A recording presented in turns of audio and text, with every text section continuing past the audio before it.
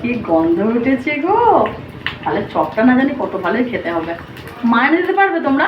হ্যাঁ, আজকে টিফিনে কি বানাচ্ছো? আজকে না চপ বানাচ্ছি। ওই যে আলুর চপ হয় না, সেইগুলো কিনেই তো আনো। আজকে ভাবলাম বানিয়ে ফেলি। এই যে বেসনটা নিয়েছি, আর এখানে চপ বানাবার জন্য এই যে লঙ্কা আছে, শুকনো লঙ্কা আর আদা আর রসুন, আর এখানে কুকারেতে আলুকে সিটি মারা হয়েছে। চলো, অনেক দেরি হয়ে গেছে, এবার বানিয়ে ফেলি। এই যে আলুগুলোকে সেদ্ধ করে নিয়েছি। এই যে এতে একটুখানি শুকনো লঙ্কা নিয়ে নিয়েছি,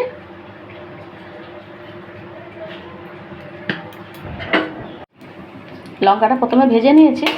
এবারে এর সঙ্গে একটু আদাকে ছিলে রেখেছি, আদা আর একটু রসুন, পেঁয়াজ দেবো না, দিয়ে এর সঙ্গে একসঙ্গে তেলেতে ভেজে নেব।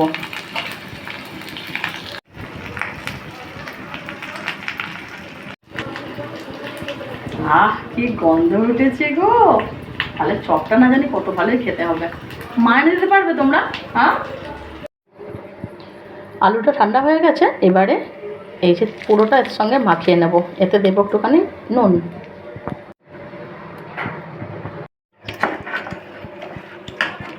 এই মাখাটা দেখেই যা লোভ লাগছে, আমি চপটা বানাবো কি করে। এর সঙ্গে মেশাচ্ছি অল্প একটু গরম মশলা। আলুটাকে খুব ভালো করে মেখে নিয়েছি। এবারে এখান থেকে আমি 6টা টুকরো করে নেবো, গোল গোল করে।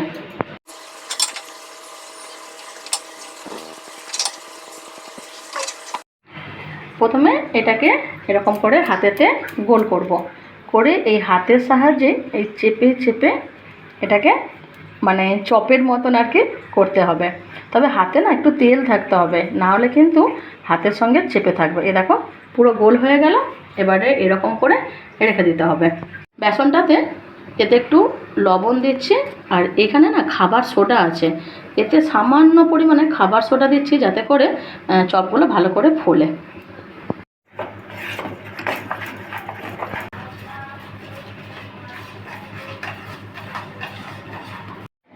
দেখো বেসনটা না খুব ভালো করে ফাটা হয়ে গেছে।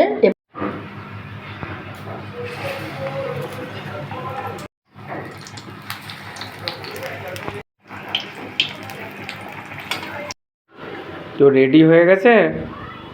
হ্যাঁ, হয়ে গেছে। নাও, আপাতত 3টে হয়েছে, তোমরা গিয়ে খাও, আমি আসছি। এই কটা করে নিই, আসছে। ওকে। দেখো কেমন হয়েছে। বাহ, দারুণ হয়েছে। ভালো হয়েছে একদম চলো, দোকানের স্টাইলে। দোকানের স্টাইলে হয়েছে। হুম। ওকে, চলো।